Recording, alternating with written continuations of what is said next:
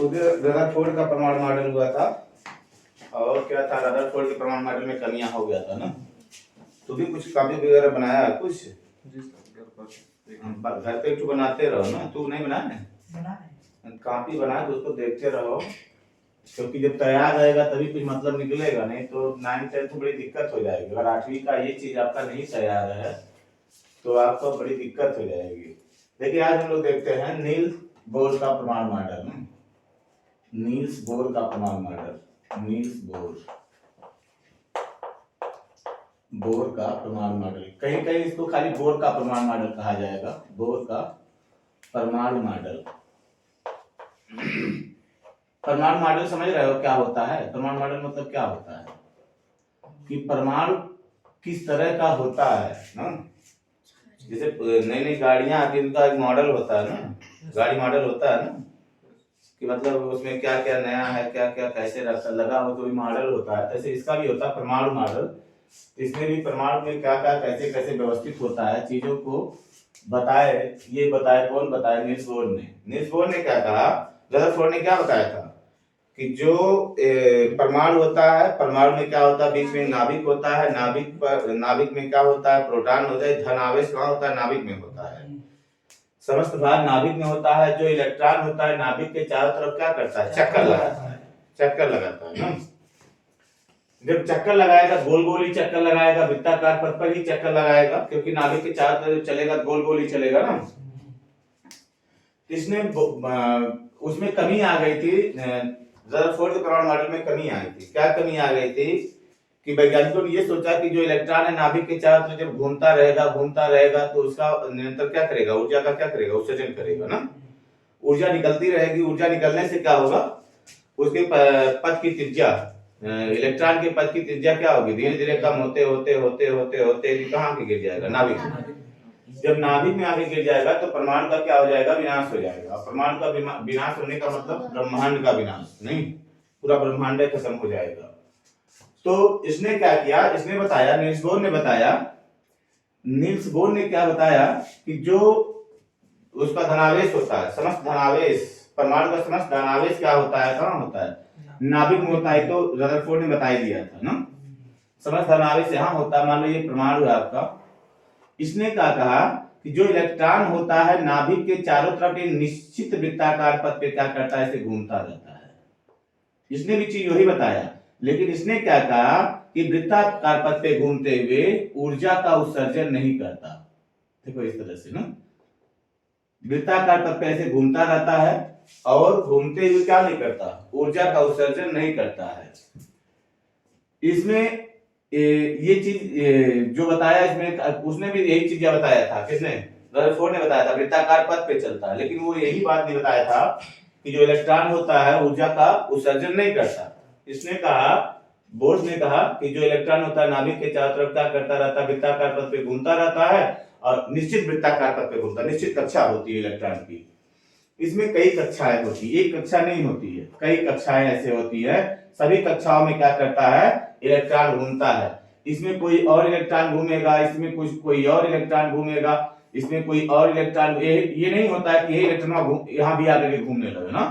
इसका एक कक्षा निश्चित है, वो उसी कक्षा में घूमेगा। इस कक्षा में जो है उसकी ऊर्जा निश्चित होती है कि इतनी ऊर्जा तुमको दे दिया गया है, उतनी ऊर्जा से क्या करेगा, उस कक्षा में क्या करेगा, वो घूमेगा, वो दूसरी कक्षा में नहीं जा सकता है। तो जो इलेक्ट्रॉन होता है नाभिक के चारों तरफ एक निश्चित कक्षा में घूमता है ना। तो कैसे लिखोगे इसका, बोर का परमाणु मॉडल कैसे लिखोगे? वैज्ञानिक बोर ने बताया कि जो इलेक्ट्रॉन होता है ना, नाभिक के चारों तरफ घूमता हुआ जो इलेक्ट्रॉन होता है, वो वृत्ताकार, एक निश्चित वृत्ताकार पथ पे घूमता है, और निश्चित वृत्ताकार पथ पे घूमते हुए वो ऊर्जा का उत्सर्जन नहीं करता, जिससे एक कक्षा में क्या रहता है, स्थायी रूप से बना रहता है ना। अब इसके बारे में ज्यादा आपको पढ़ना है, आगे की कक्षाओं में पढ़ना है। फिलहाल आपको इतना जानना था कि निश्चित वृत्ताकार पथ पे घूमेगा, ऊर्जा का उत्सर्जन नहीं करेगा। रहेगा दिमाग में। ये बोर का परमाणु मॉडल था। देखिए ये जब तक बोर का परमाणु मॉडल आया, रदरफोर्ड का परमाणु मॉडल आया, और किसका आया था, डाल्टन का परमाणु मॉडल आया ना। याद करके रखोगे, मारेंगे बड़ी मार, समुद्र डंडा रखेंगे।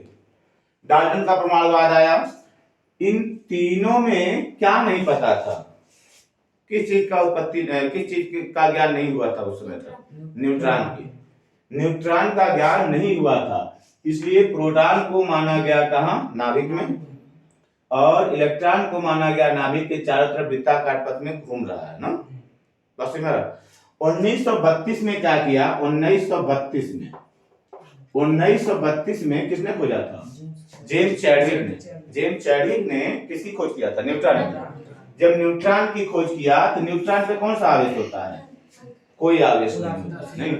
न्यूट्रॉन क्या होता है? न्यूट्रल ना, एन माने न्यूट्रॉन, एन माने न्यूट्रल, न्यूट्रल माने उदासीन। न्यूट्रॉन कैसा होता है? उदासीन होता है, नहीं, इसके ऊपर कोई आवेश नहीं होता है। इसका जो द्रव्यमान होता है कितना होता है? प्रोटॉन के द्रव्यमान के बराबर होता है। न्यूट्रॉन का द्रव्यमान प्रोटॉन के द्रव्यमान के बराबर होता है। अब प्रोटॉन का द्रव्यमान किसके बराबर होता है? हाइड्रोजन परमाणु के द्रव्यमान के बराबर होता है ना, हाइड्रोजन के। इलेक्ट्रॉन का द्रव्यमान कितना होता है? हाइड्रोजन परमाणु के द्रव्यमान का 1837वां भाग होता है, नहीं, हाइड्रोजन परमाणु के द्रव्यमान का 1837वां भाग होता है। चीजों को ध्यान रखो एकदम से ना, ये तो मार्क पाओगे सब लोग। ये चीज अगर आपका कंप्लीट रहेगा तो अभी हम लोग देखो कक्षा 9th में देखेंगे सब मॉडलों का जो था, आपको क्या नाम होता है, कैसे कैसे इलेक्ट्रॉन भरा जाता है, कैसे कैसे नहीं होता है, देखे थे ना वहां पे इलेक्ट्रॉनिक विन्यास वगैरह निकालना 9th में है ना, तो वहां से आपको क्लियर ज्यादा होगा। फिलहाल आप इतना जान के रखो। उसके बाद देखो आता है परमाणु संख्या क्या होता है? परमाणु संख्या ना, देखो न्यूट्रॉन को कहाँ माना गया? नाभिक में माना गया, नहीं कि प्रोटॉन और न्यूट्रॉन कहाँ होते हैं? नाभिक में होते हैं। अगर कोई ये पूछे परमाणु के समस्त द्रव्यमान का कारण क्या है? नाभिक है। क्यों? क्योंकि नाभिक में ही कौन रहता है? न्यूट्रॉन और प्रोटॉन रहते हैं, वो सबसे अधिक वजन होते हैं ना।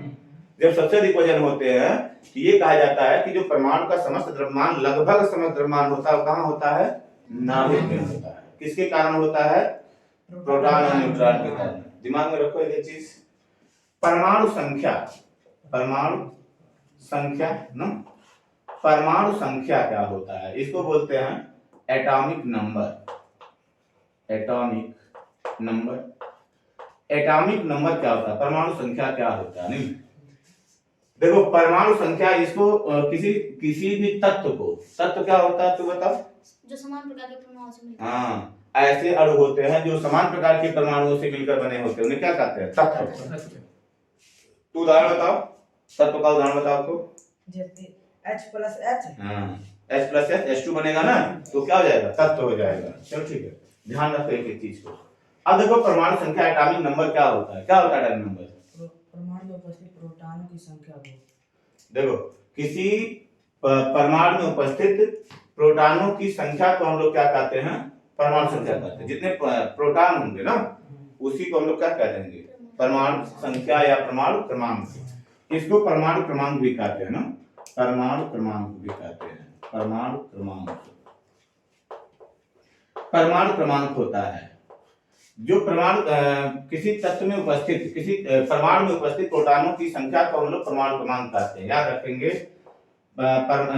तत्व में परमाणु में उपस्थित प्रोटॉनों की संख्या, परमाणु में उपस्थित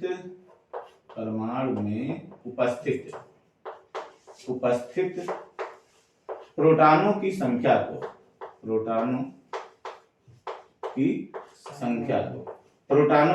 को क्या कहते हैं हम लोग? परमाणु क्रमांक कहते हैं। और जो प्रोटॉनों उदासीन परमाणु, जो परमाणु होता है, परमाणु प्रोटॉनों इलेक्ट्रॉन संख्या क्या होती है? बराबर होती है ना। तो प्रोटॉनों की संख्या को हम लोग क्या कहेंगे? परमाणु क्रमांक कहते हैं। तो सूत्र क्या बनता है? परमाणु क्रमांक बराबर हो जाएगा परमाणु क्रमांक बराबर क्या हो जाएगा? प्रोटॉनों की संख्या बराबर हो जाएगा इलेक्ट्रॉनों की संख्या। यानी प्रोटॉनों और इलेक्ट्रॉनों की संख्या, प्रोटॉनों इलेक्ट्रॉनों की संख्या बताओ। जयदीप बता इलेक्ट्रॉनों की संख्या प्रोटॉन संख्या बराबर क्यों होती है? सर जी क्यों, क्या बोले सर जी? प्रोटॉनों इलेक्ट्रॉनों संख्या बराबर क्यों होती है? मार्क आएगा तो बताओ।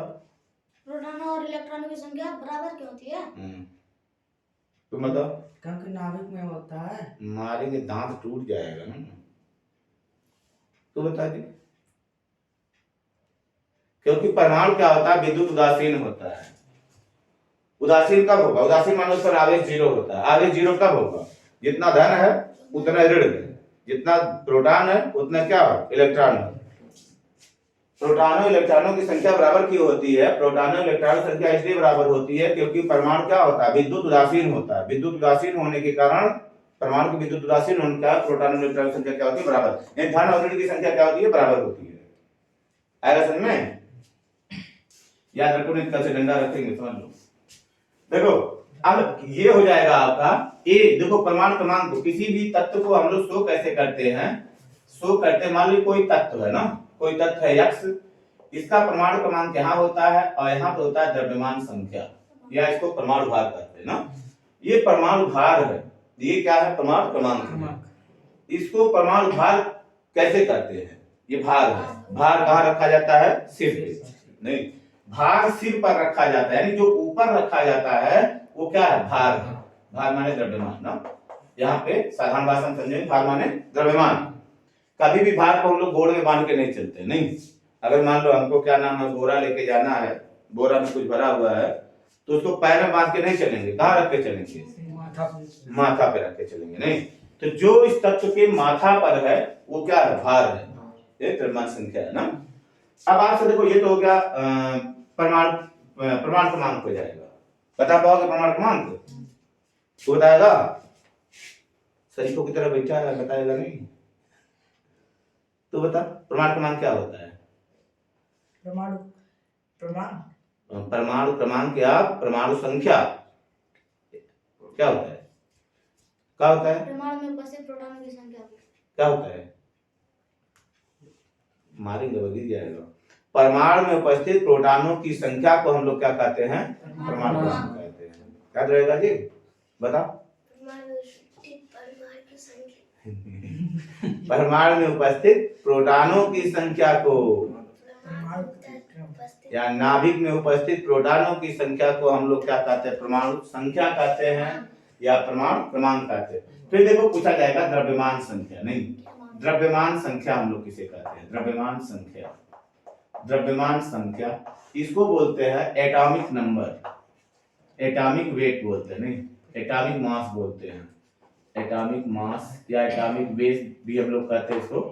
द्रव्यमान संख्या इसको ए अक्षर से बताते हैं और इसको जेड अक्षर से बताते हैं। द्रव्यमान संख्या है, द्रव्यमान संख्या, या इसको क्या कहते हैं?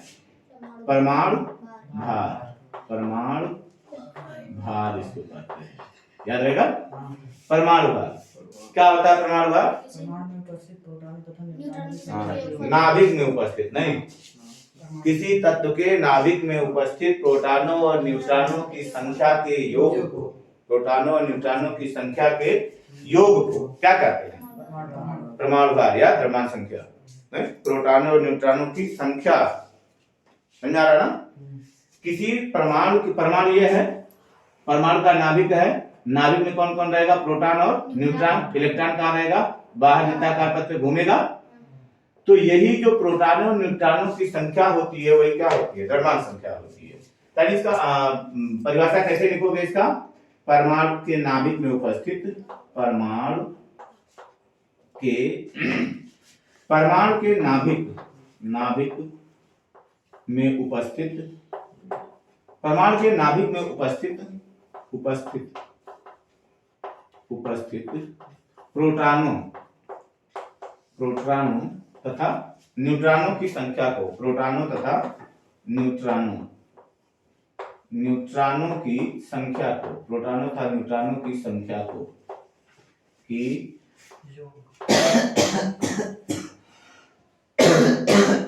की संख्या के योगफल को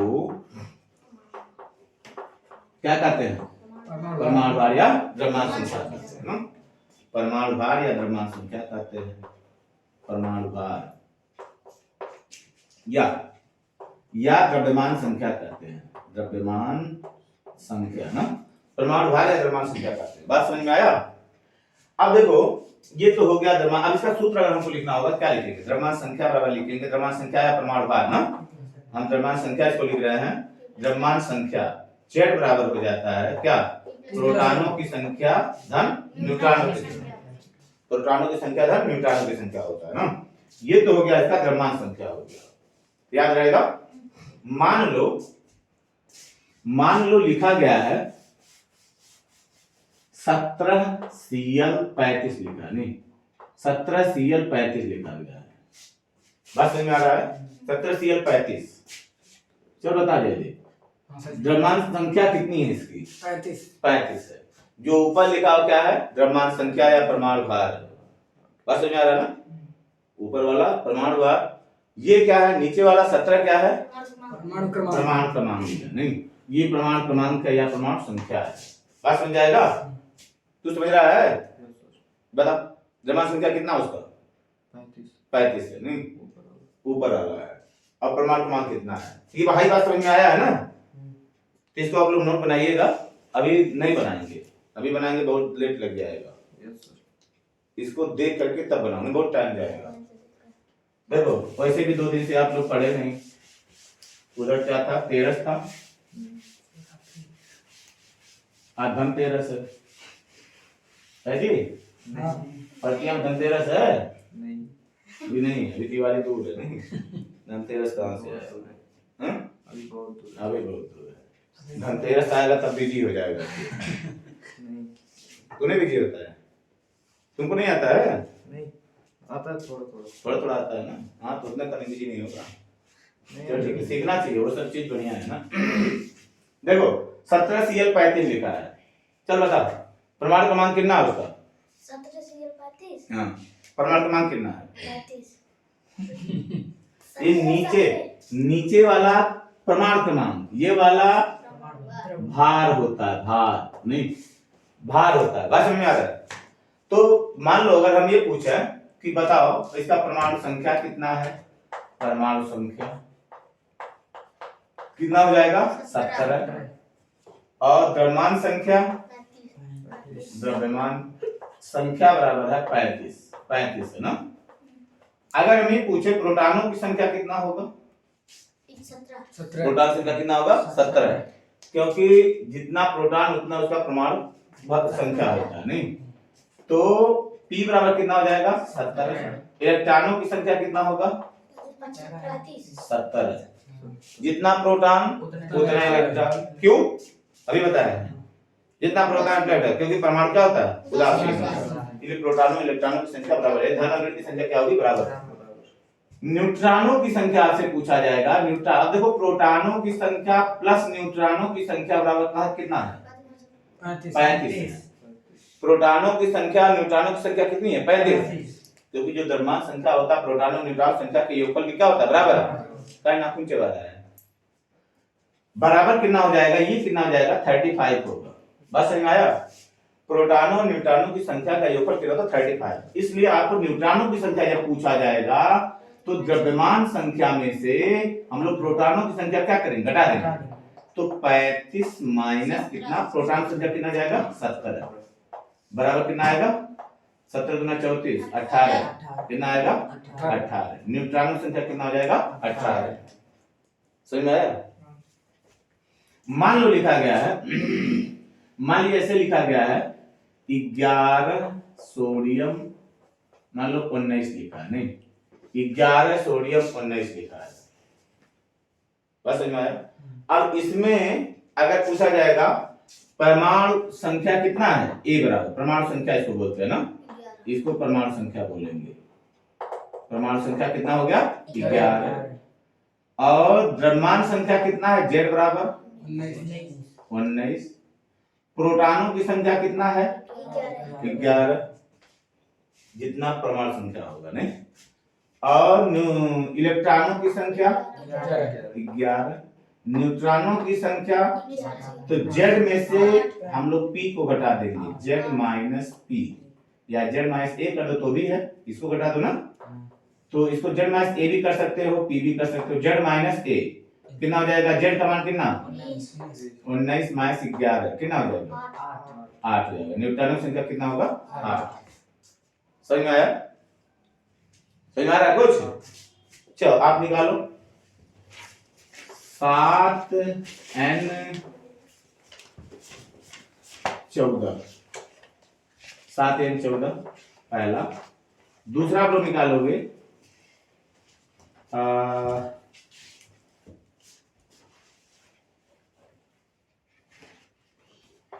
क्या निकालोगे 8 O 17, 16 होता है, 17 लिख रहे हैं तो निकालो। द्रव्यमान संख्या निकालो, प्रोटॉन संख्या निकालो, इलेक्ट्रॉन संख्या निकालिए।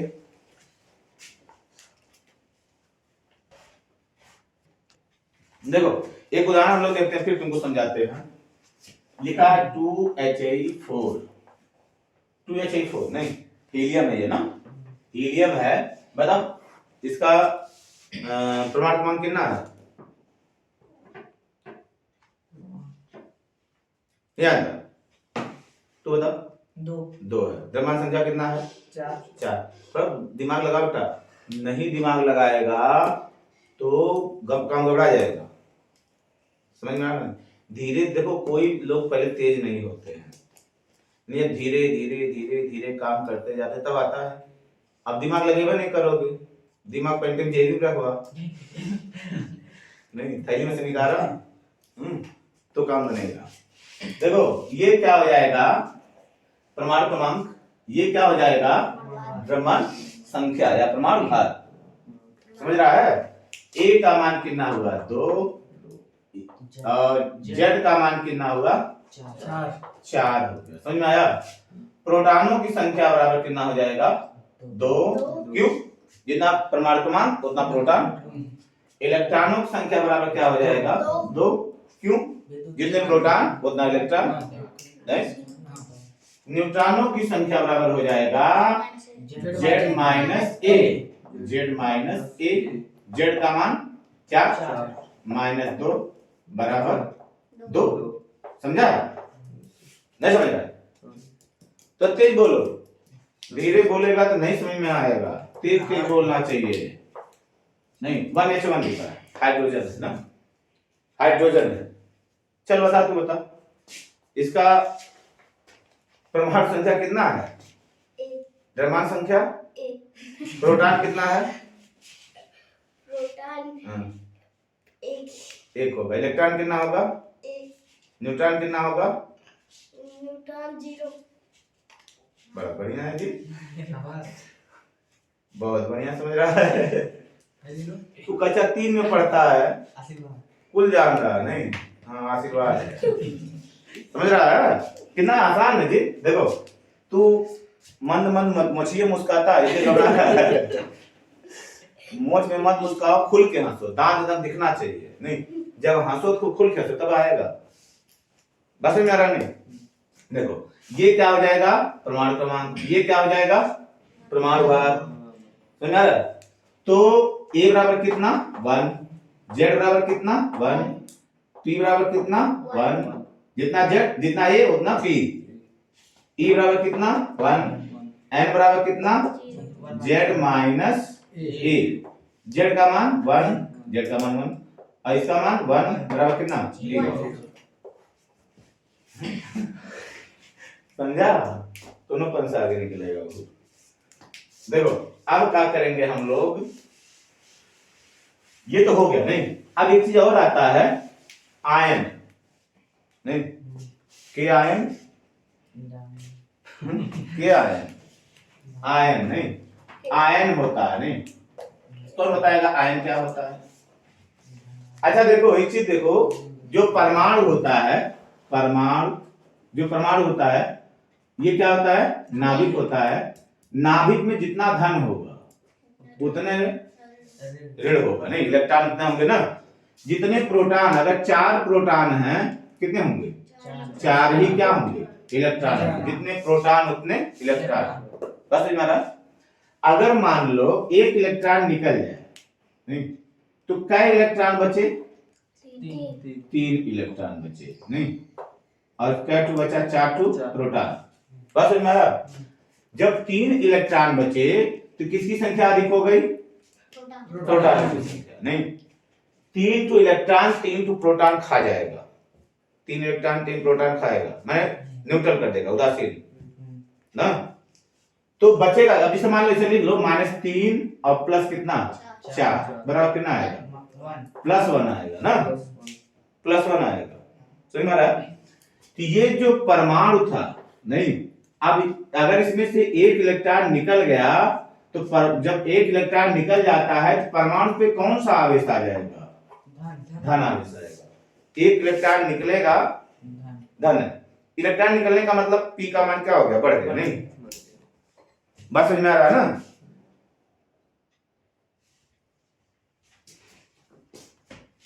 पानी पिएगा? नहीं, पानी नहीं पीता, घूम में देखो हॉर्लिक्स पीता एक हॉर्लिक्स पीता है। देखो जब एक इलेक्ट्रॉन निकल जाएगा तो एक धन आएगा।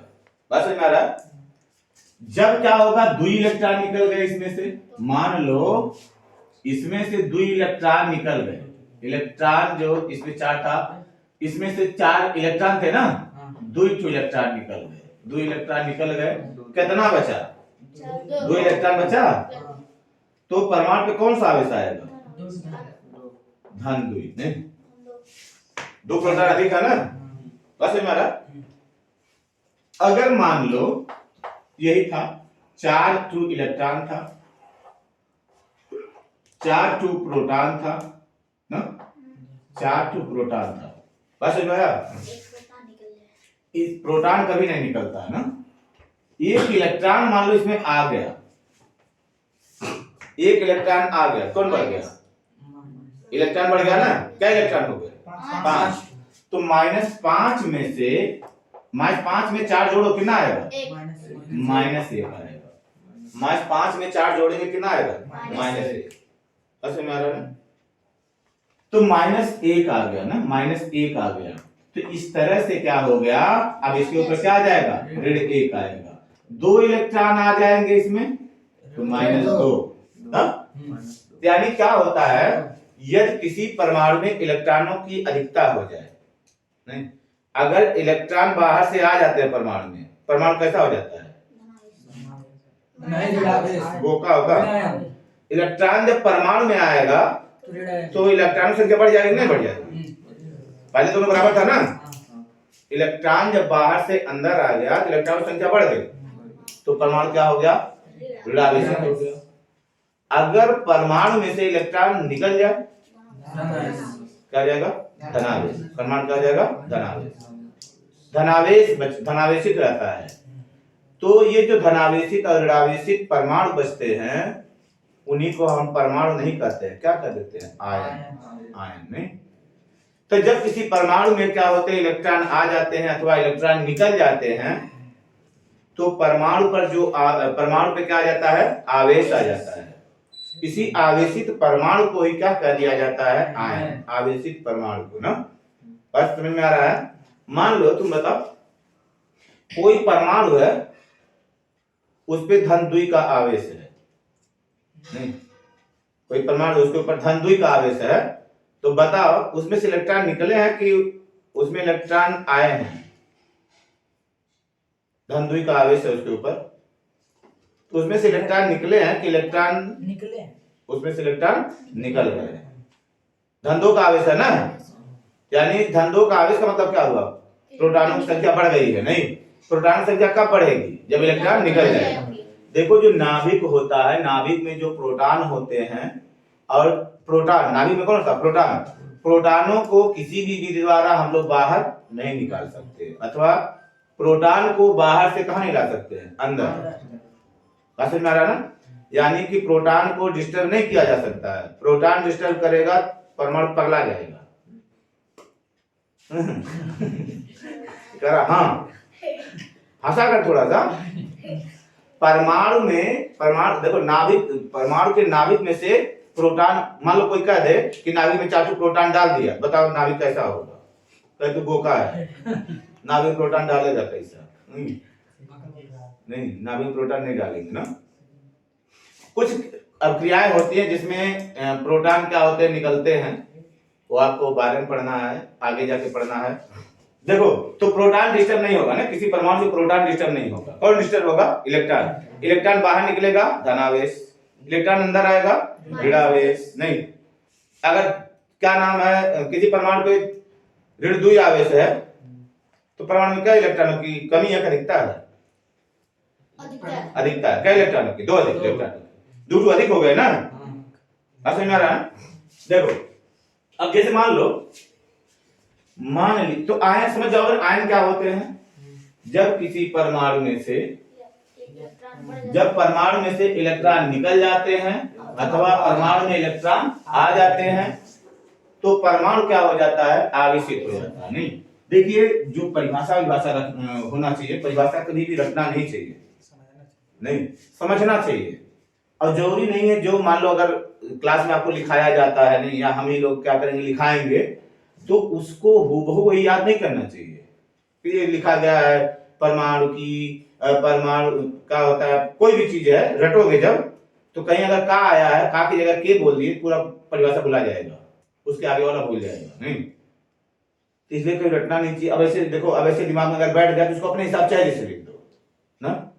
परमाणु में से इलेक्ट्रॉन निकल जाने के बाद अथवा परमाणु में इलेक्ट्रॉन आ जाने के बाद जो परमाणु होता है आवेशित हो जाता है। नहीं, इसी आवेशित परमाणु को ही हम लोग क्या कर देते हैं? आयन। रहेगा दिमाग में? हम लिखा दे रहे हैं, उसको क्या करोगे आप लोग? अपने हिसाब से करोगे काम को। दिमाग में चीजों को समझ लो, समझने के बाद अपने तरह से उसको एक्सप्रेस करो। नहीं, बताओ अपने तरह से। तो क्या हो जाएगा? गर्मी हो रहा है जी ना? चलो ठीक है, देखो क्या बोलेंगे, क्या लिखेंगे आयन को? ION, इसका इंग्लिश होता है ना आयन। क्या हो जाएगा? जब किसी परमाणु में इलेक्ट्रॉन आ जाते हैं, परमाणु में इलेक्ट्रॉन आ जाते हैं अथवा परमाणु से इलेक्ट्रॉन निकल जाते हैं, परमाणु से इलेक्ट्रॉन, ई लिख दिया माने इलेक्ट्रॉन, इसके ऊपर देखो माइनस भी लगा दिया जाता है। इलेक्ट्रॉन निकल जाते हैं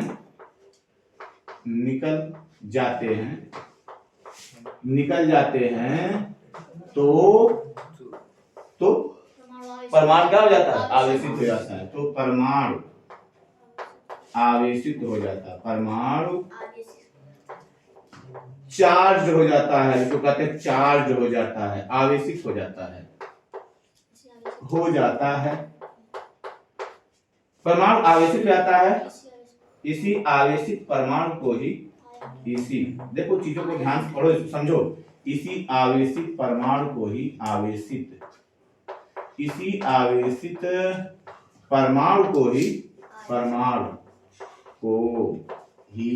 क्या कहते हैं? आयन कहते हैं, को ही आयन कह देते हैं, आयन कहते हैं। बात समझेगा? अब जैसे मान लो लिखा गया है, जैसे मान लो सोडियम है, सोडियम का परमाणु क्रमांक कितना होता है? 11 होता है। नहीं, 11 होता है, इसका परमाणु भार होता है 23 नहीं, 19 नहीं होता, उसको इसे लिख देते हैं आपको निकालने के लिए, 23 होता है। नहीं, 23 होता है। अगर हम ये कहें, देखो, अगर हम ये कहें कि इसमें एक इलेक्ट्रॉन आ गया, धन का मतलब क्या हुआ? इसमें जुड़ गया ना इलेक्ट्रॉन, बात समझ में आ रहा नहीं? एक इलेक्ट्रॉन जुड़ गया, जब एक इलेक्ट्रॉन जुड़ गया तो ये क्या बना लेगा? सोडियम 11 सोडियम 23 रहेगा, लेकिन इसके ऊपर क्या हो जाएगा? एक लिया है ना, एक क्या आ जाएगा? माइनस चार्ज आ जाएगा। क्या रहेगा? Na रहेगा। नहीं, लेकिन क्या करता है, जो सोडियम होता है इलेक्ट्रॉन लेता नहीं है। अभी आगे सीखोगे आप लोग ना, सोडियम क्या करेगा? इलेक्ट्रॉन हमेशा क्या करता है? देता है। क्यों देता है? हम लोग संयोजकता पढ़ेंगे तब जानेंगे। तो चलो ठीक है, तो समझाएंगे, आपको बताया। तो इसमें क्या हो जाएगा? अब मान लो एक इलेक्ट्रॉन ये दे दे, एक इलेक्ट्रॉन अगर ये क्या करता है? निकाल देता है, तब इसके ऊपर क्या आ जाएगा? धन आवेश। नहीं, अगर ये एक इलेक्ट्रॉन निकाल देगा, देखो जब निकलेगा इधर लिखेंगे हम लोग, 23 हो जाएगा और इधर क्या हो जाएगा? 11। एक इलेक्ट्रॉन जब निकालेगा तो इसको हम लोग इधर लिखते हैं ना, बात समझ में आया? एक इलेक्ट्रॉन निकला तो सोडियम धनेक बन गया ना। सोडियम धनेक को हम लोग कैसे लिख देते हैं, या इसको हम लोग ऐसे लिख देते हैं Na पे धन 1, ये क्या बन गया? आयन, आयन हो गया। नहीं, क्लोरीन होता है, क्लोरीन का तो कितना होता है 17 Cl35।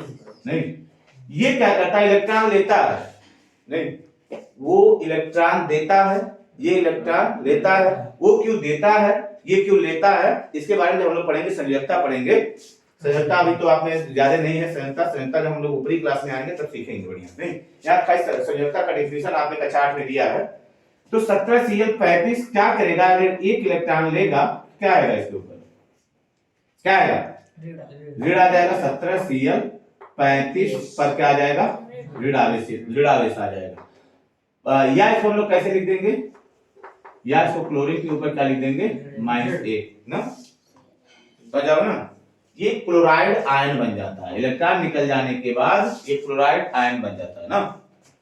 तो बात समझ में आया। अब एक चीज और आता है कि आयन में प्रोटॉन, इलेक्ट्रॉन और न्यूट्रॉन की संख्या बताना। आयन में प्रोटॉन, इलेक्ट्रॉन है, आप लिख लीजिएगा ना, समझ में आया। सब लोग कॉपी बनाते रहोगे। देखो, आयन में प्रोटॉन, इलेक्ट्रॉन की संख्या बताना। आयन में प्रोटॉन, इलेक्ट्रॉन और न्यूट्रॉन की संख्या बताना, की संख्या बताना ना। देखो, अब जैसे मान लो लिखा गया है सोडियम -1 लिखा गया है, नहीं सोडियम कितना 11 और 23, इसके ऊपर मान लो -1 है, +1 नहीं। इसमें निकालना रहेगा आपको प्रोटॉन, इलेक्ट्रॉन और न्यूट्रॉन की संख्या।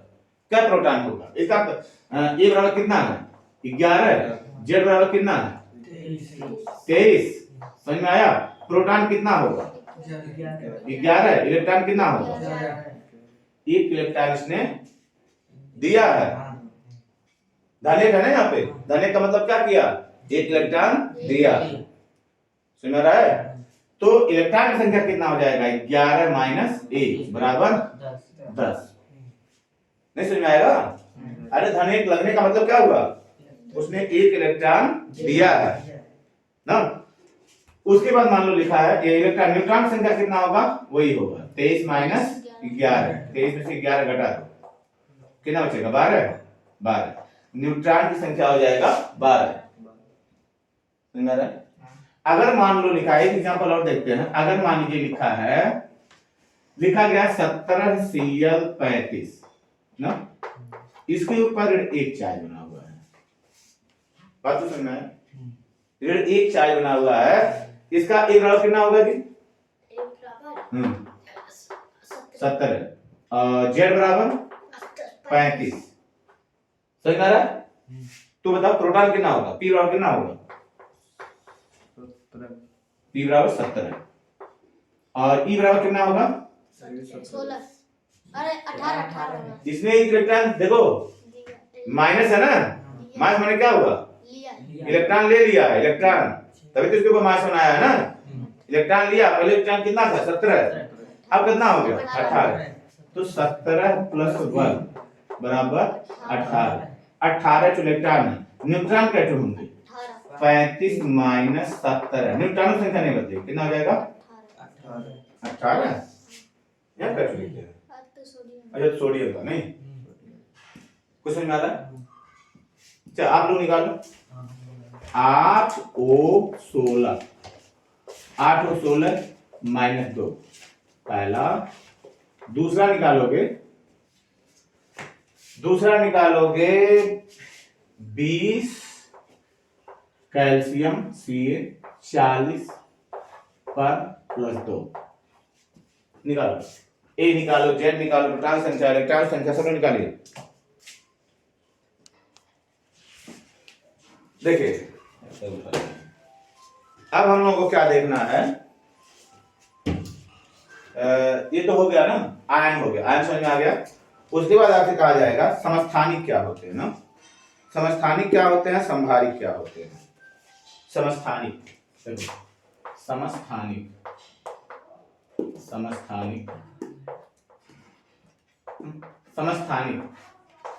इसका इंग्लिश होता है आइसोटोप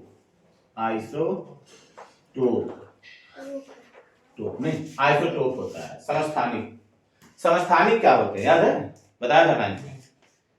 कोई लोग जो 9th वाले वो बताया था ना। समस्थानिक क्या होते हैं? समस्थानिक ऐसे तत्व होते हैं जिनके परमाणु क्रमांक क्या होते हैं? समान होते हैं तथा परमाणु भार क्या होते हैं? भिन्न। समान परमाणु क्रमांक, समान परमाणु क्रमांक, परमाणु क्रमांक, समान परमाणु क्रमांक तथा भिन्न परमाणु भार वाले तथा भिन्न द्रव्यमान संख्या बोला करो, नहीं भिन्न द्रव्यमान संख्या वाले या परमाणु भार वाले बोलो, द्रव्यमान भिन्न द्रव्यमान संख्या वाले तत्वों को क्या कहेंगे? समस्थानिक कहते हैं, को समस्थानिक कहते हैं। याद रहेगा, समस्थानिक कहते हैं। क्या समान होना चाहिए? प्रमाण समान होना चाहिए। नहीं, जैसे मान लो लिखा है ए लिखा है 13 और यहाँ पे कुल लिखा मान लो 26, फिर ए लिखा है, यहाँ लिखा है 13, यहाँ पे लिखा है 27, फिर ए लिखा है, फिर मान लो 13 और इसका लिखा है 29। नहीं, ये क्या है? क्या है ये? समस्थानिक। क्यों समस्थानिक है? इनके परमाणु क्रमांक या परमाणु संख्या क्या है? समान है। जब परमाणु क्रमांक या परमाणु संख्या समान होगा तो क्या होंगे? समस्थानिक। जैसे होता है, एग्जांपल लिखेंगे S1H1, नहीं 1H2, 1H3, नहीं 1H3 होता है। ये हाइड्रोजन के क्या है? समस्थानिक है। क्यों समस्थानिक है? इनका परमाणु संख्या क्या है? समान है। द्रव्यमान संख्या क्या है? भिन्न है जी। पहला हो जाएगा। दूसरा होता है, जैसे लिखा है 17Cl35, 17Cl35, नहीं 37। बात समझ में आया? ये क्या है? समस्थानिक, आइसोटोप है ना, आइसोटोप है। फिर होता है संभारित। इसके नाम से पता चला। देखो ये याद कैसे रहेगा? कभी कभी होता नहीं है कि सोचा जाता है जब कोई समस्थानिक पूछे तो याद आता है कौन बराबर है स्थानिक, नहीं संभारित। इसमें अपने आप पता चला, नाम से पता चला संभारित, जिसमें भार क्या हो? समान। नहीं, ऐसे याद रखना चाहिए जब कोई समस्थानिक पूछे तो तुरंत संभारित याद करो। हाँ, संभारित में भार समान होगा, क्रमांक समान होगा, क्रमांक समान होगा। इसमें अगर कोई संभारित करता है तो उसमें क्या होगा? परमाणु भार क्या होगा? समान, यानी ऊपर वाला समान होगा, चुटकी। बस समझ में आ रहा है? तो समस्थानिक कोई पूछेगा तो आप संभारित याद करके रखोगे। जो संभारित याद रहेगा समस्थानिक अपने आप आ जाएगा। नहीं, समस्थानिक पूछा तो संभारित सोचो, अच्छा संभारित में भार समान, परमाणु क्रमांक समान होगा। नहीं, तुरंत खट से सोच लेना चाहिए। समझ आ रहा है? ऐसे सोचने का तरीका होता है। तो इसमें संभारित में इसको आइसोबार बोलते हैं, आइसोबार, नहीं संभारित। इसमें क्या होता है? परमाणु भार क्या होगा? समान। परमाणु भार इसको द्रव्यमान संख्या भी कहते हैं, लेकिन परमाणु भार जब याद करके रखेंगे तो संभार याद रहेगा। नहीं, परमाणु भार समान और क्या? परमाणु क्रमांक भिन्न। परमाणु क्रमांक भिन्न होता है, परमाणु क्रमांक भिन्न होता है, क्रमांक भिन्न होता है, नहीं भिन्न होता है। परमाणु क्रमांक भिन्न होता है ना, परमाणु क्रमांक भिन्न होगा। ये होते हैं संभारित, होते हैं संभारित। जैसे मान लो लिखा 20 कैल्शियम 40, 20 कैल्शियम 40, 19 पोटेशियम, ये भी क्या होगा? 40। तो भार क्या है? समान है। क्या है? संभारित, आइसोबार, नहीं आइसोबार होगा ना, संभारित हो जाएगा। ये आपका समस्थानिक हो गया, संभारित। एक चीज और छोटा सा है आप में, संयोजकता। संभारित याद रहेगा जी, याद रखना ना, संभारित। तो ये चीजों को आप लिख डालोगे, नहीं तो कल से सुमिरन दास आप लोगों के साथ पढ़ेंगे। नहीं, सुमिरन दास आप लोगों के साथ रहेंगे कल से, वो भी यहाँ साथ पढ़ेंगे। सुमिरन दास को जानता है जी? कल जान जाएगा कल जान जाएगा सुमिरन दास कौन होते हैं। फिर देखो क्या होता है, उसके बाद हमको देखना संयोजकता।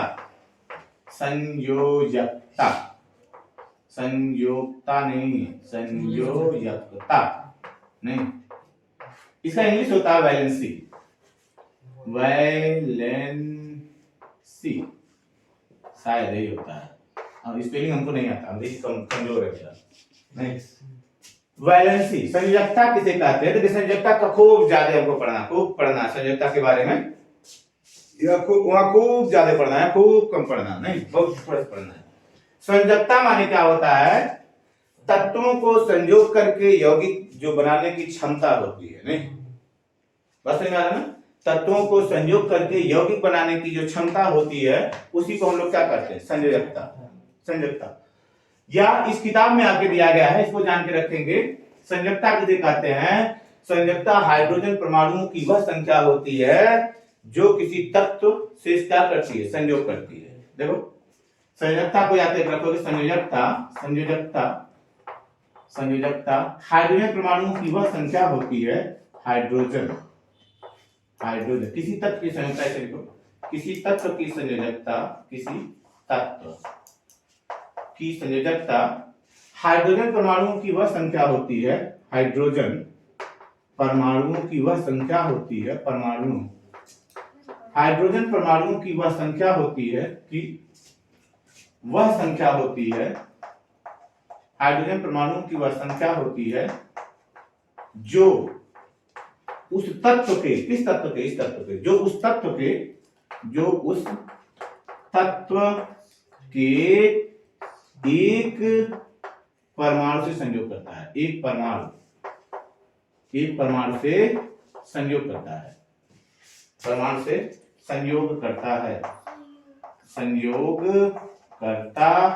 है। बात समझ में आया? संयोजकता किसे कहेंगे? संयोजकता किस तत्व की संयोजकता? हाइड्रोजन परमाणुओं की वह संख्या होती है जो उस तत्व के एक परमाणु से क्या करता है? संयोग करता है। जैसे अब समझ में आ जाएगा। नहीं, जैसे मान लो लिखा HCl। नहीं, HCl क्या है? हाइड्रोक्लोरिक अम्ल होता है। नहीं, HCl क्या है? हाइड्रोक्लोरिक अम्ल। अब देखो हमको क्लोरीन की संयोजकता बताना है। नहीं, क्लोरीन की संयोजकता, तो क्लोरीन की संयोजकता क्या होगी? क्लोरीन की संयोजकता हाइड्रोजन परमाणु की वह संख्या होती है जो उस तत्व के एक परमाणु से संयोग करती है। क्लोरीन के एक परमाणु से क्या हाइड्रोजन जुड़ा हुआ है? एक। नहीं जी, क्लोरीन के एक परमाणु से एक का हाइड्रोजन, एक का क्लोरीन है। नहीं जी, क्लोरीन के एक परमाणु से कितना हाइड्रोजन है? एक। इसकी संयोजकता कितनी हो गई? एक। कितना हो जाएगा? एक। संयोजकता हो जाएगा एक। क्यों हो जाएगा संयोजकता? क्यों एक होगा?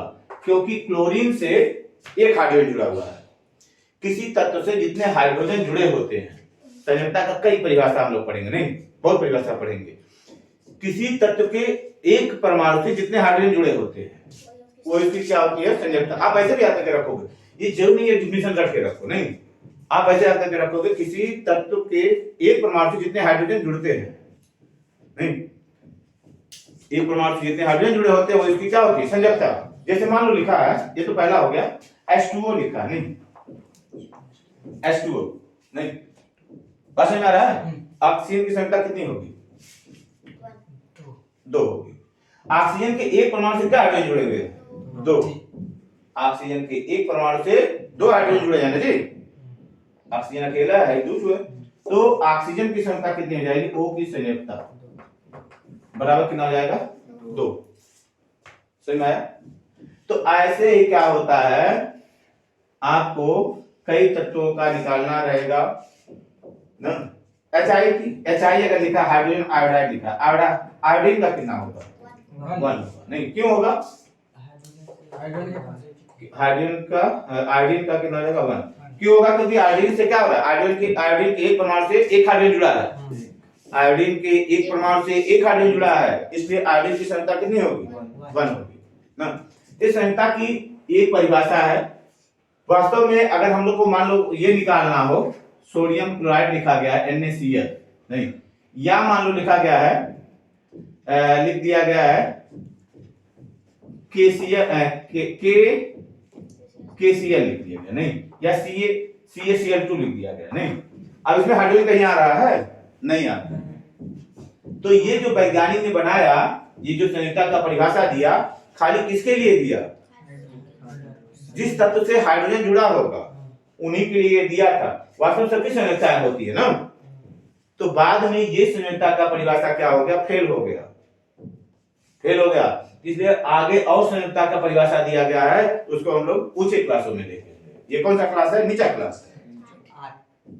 कौन सा क्लास है, 8। नीचा नहीं कहेंगे, नहीं नीचा माने कुछ और होता है, तो छोटा हो जाए नीचा माने छोटा हो जाए। तो थोड़ा हंसा उसा कर यार, तो ऐसे रहता है मूर्ति की तरह रहता है। मूर्ति, तेरा भाई मूर्ति बनाता है तो मूर्ति बन के बाहर बैठा रहता है, जब हंसेगा बोलेगा तब समझ में आए। देखो जो पढ़ाई होती है, जो लोग ज्यादा सीरियस होकर पढ़ते हैं ना, उनको समझ में नहीं आती है।